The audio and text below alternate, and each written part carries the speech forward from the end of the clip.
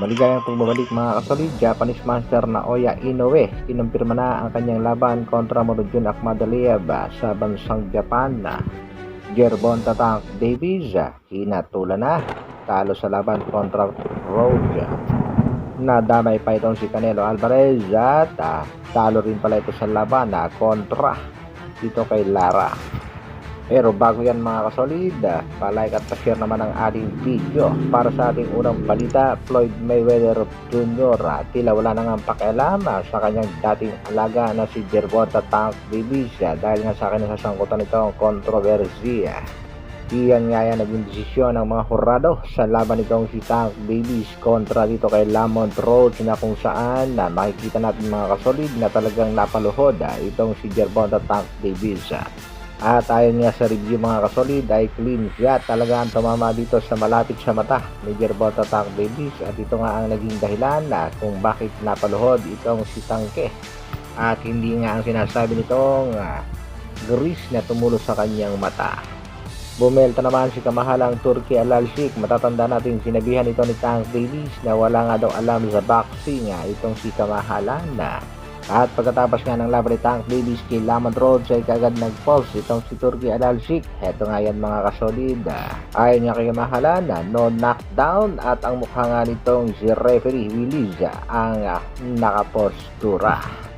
Tila simple lang ang mga banat itong si kamahalan dito nga kay Gervonta Tank Davies, at naniniwala itong si Turki na talo talaga sa laban itong si Tangke. Kung sakali nga mga kasolid na mabago ang desisyon at ibigay dito kay Lamont Rhodes ang panalo, deserving naman itong si Rhodes para sa pagkapanalo. Pero alam naman natin palakasan talaga sa boxing, at alam naman natin superstar itong si Gervonta Tank Davies. Katulad lang din ito ni Canelo Alvarez, isa ring superstar. At sa naging laban nga ni Canelo Alvarez kontra dito kay Erislandy Lara, kung napanood nyo ang buong laban, masasabi natin mga kasolid na talagang talo din sa bakbakang ito itong si Canelo Alvarez. Sa round 11 nga ng kanilang bakbakan ay mapapansin natin mga kasolid na talagang lamang na lamang pa itong si Erislandy Lara, 106-103 unofficial. Pero pagkatapos ng bakbakan ibinigay pa rin ang panalo dito kay Saul Canelo Alvarez, at heto nga ang mga komento ng mga netizen pagkatapos nga daw ng round 12 ay alam nitong si Canelo na talo siya sa bakbakan, na siya pa nga ito ng tanghaling panalo. Clear win for Lara. The person that gave Canelo Alvarez that win should never get that opportunity again. Kaya abangan natin mga kasolid ang matinding laban ni Canelo Alvarez kontra nga dito kay Terence Bud Crawford. Marami ang nagsasabing posibleng itong si Terence Bud Crawford ang manalo sa bakbakan.